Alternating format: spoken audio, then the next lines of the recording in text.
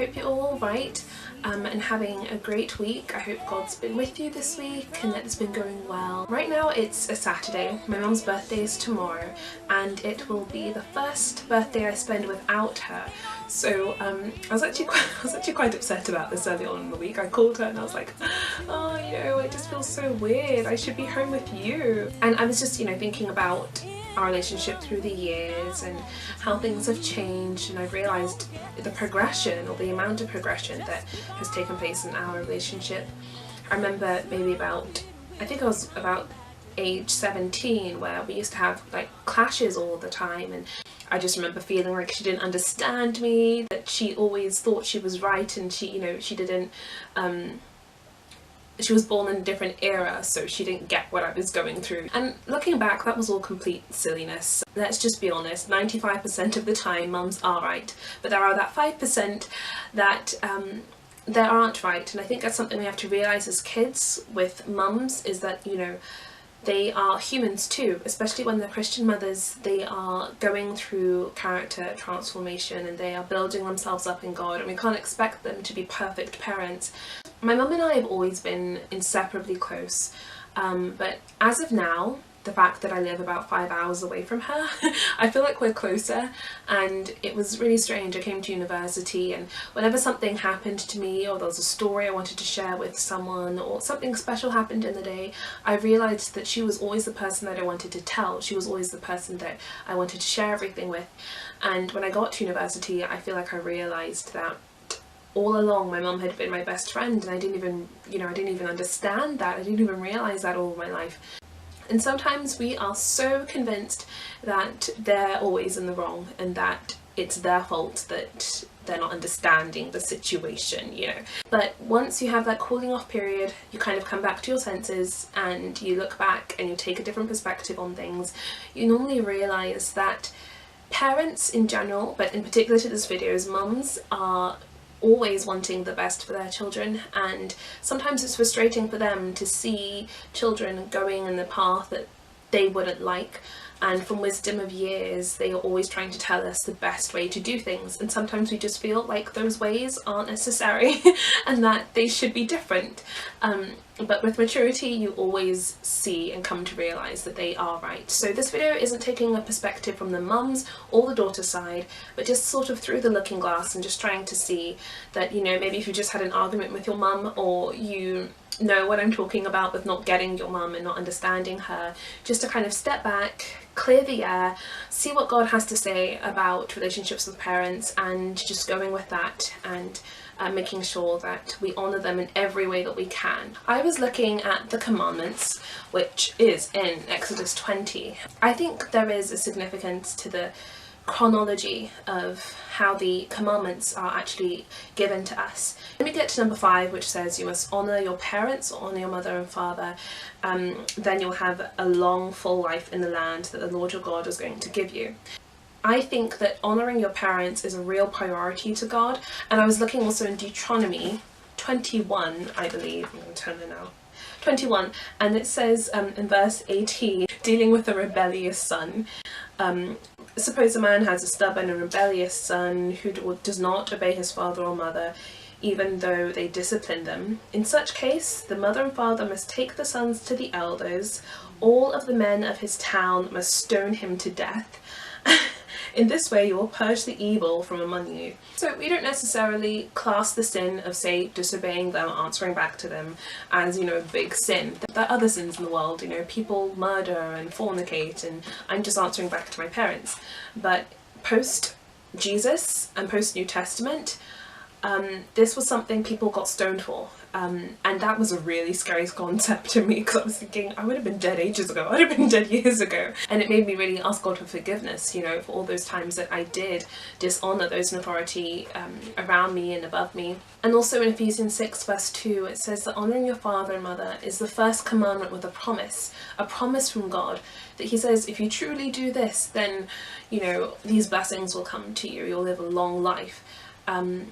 And actually, just thinking, there's another verse where Jesus is talking to the Pharisees, and sometimes the Pharisees would give their offerings to God, like in the temple in Jerusalem, rather than helping out their parents who were struggling financially. And Jesus was really mad at them with this. All these kind of examples just show how important the relationship with our parents is.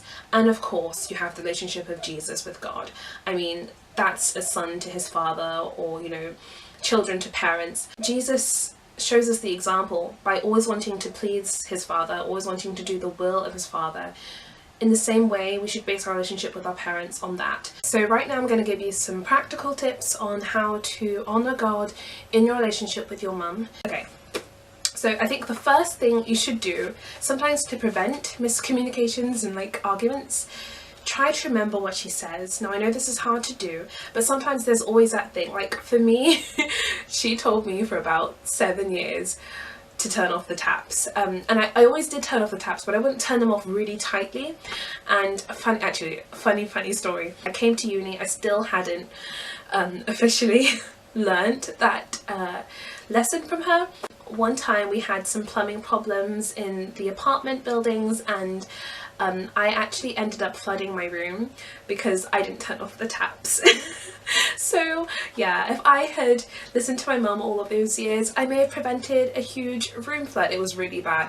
They had to get like dehumidifiers, and I was at a lecture and I walked back in. This happened like 2 months ago, by the way. I walked back into my room and everything is unplugged. Like my fridge is unplugged, my desks are everywhere, my revision posters, well, only one that was under my mat was just completely gone, so that was really awful. But yeah, that big calamity would have happened if I'd remembered to what my mum had been saying for many years, which were to turn off the taps. So yeah, remember the small things that they say.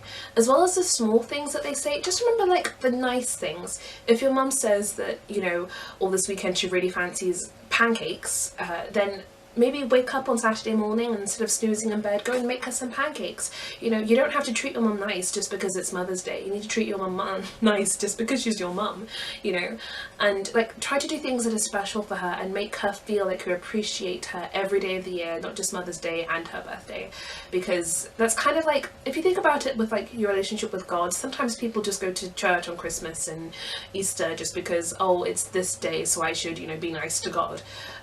No, God calls us to obey him and honour him every single day of the year.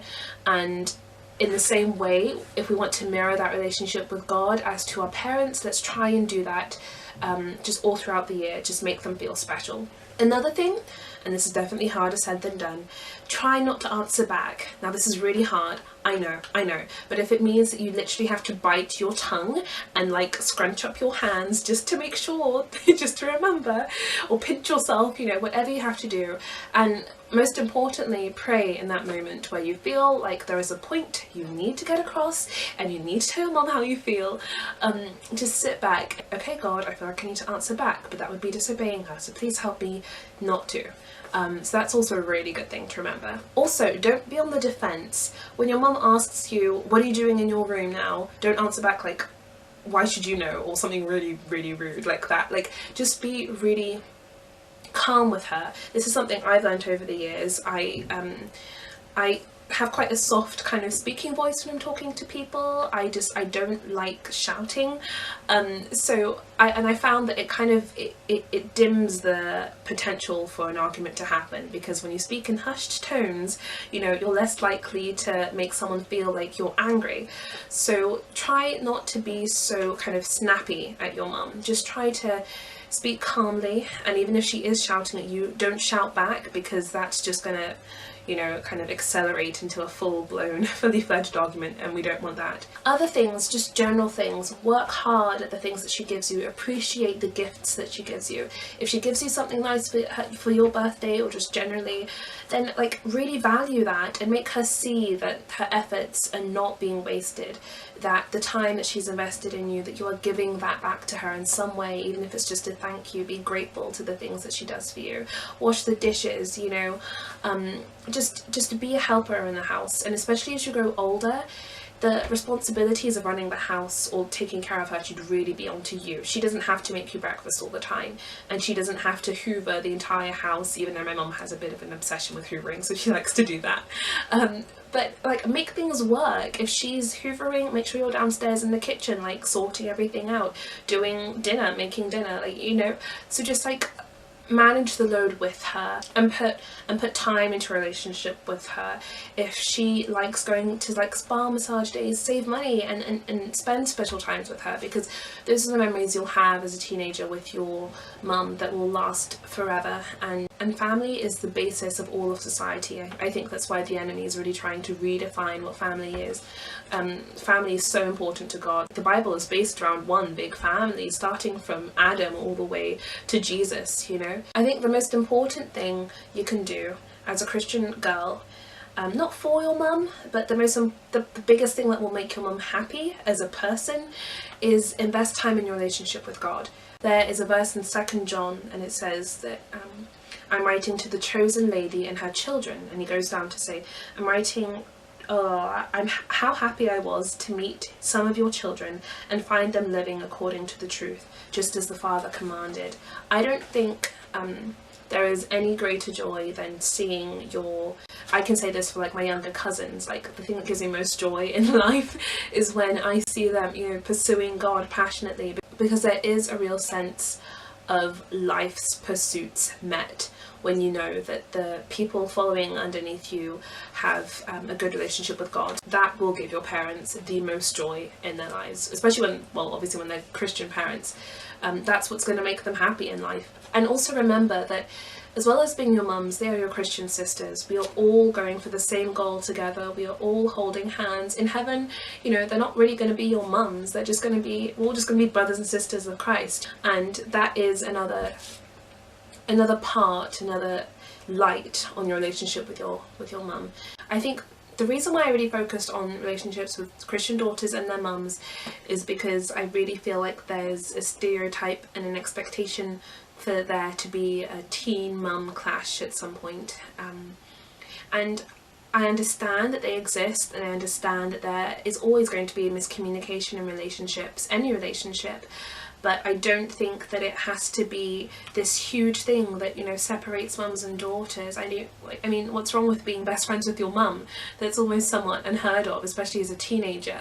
There always seems to have to be some sort of rift there, and there doesn't need to be. I don't think that's a godly way of doing things, and it just brings hassle. Everyone loves to have peaceful homes, and everyone loves to love coming home, you know. And I know that when I had an argument with my mum, even if I was the one in the wrong, which was normally the case, I would feel awful. I'd feel absolutely awful. I wouldn't be able to eat or sleep or do work at school properly. It was just a really hard time, and I'm sure, and I know that my mum kind of implied it through the years that, you know, she does feel the same way. She isn't inhuman. She doesn't relish in the moments where she gets to argue with her daughter.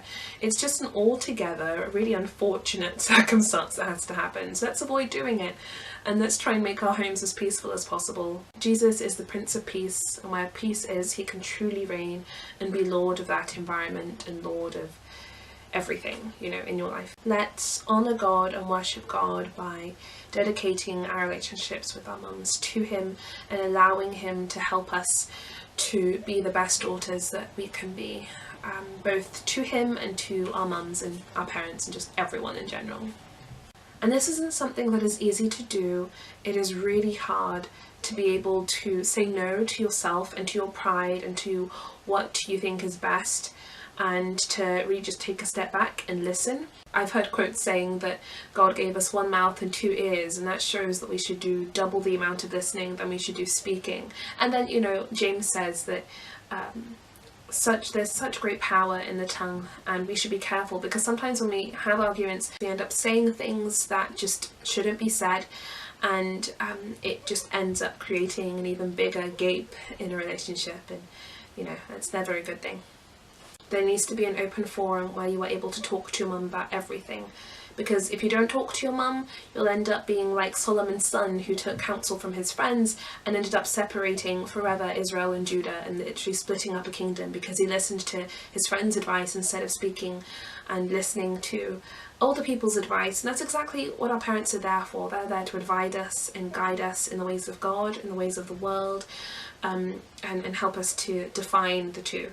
And I think that that is a breach that the enemy is really trying to get rid of. He's really trying to separate Christian mums from their daughters, because they are a prime example. As much as we can admire and appreciate the males in our lives, we can never truly mirror them, because, I mean, they're a different gender to us. There are just so many things we don't relate on. In order to be a virtuous woman, we have to have a good relationship with a virtuous woman, and that normally is our mums. So we really need to be getting good advice from the women in our lives and honouring them in every way we can.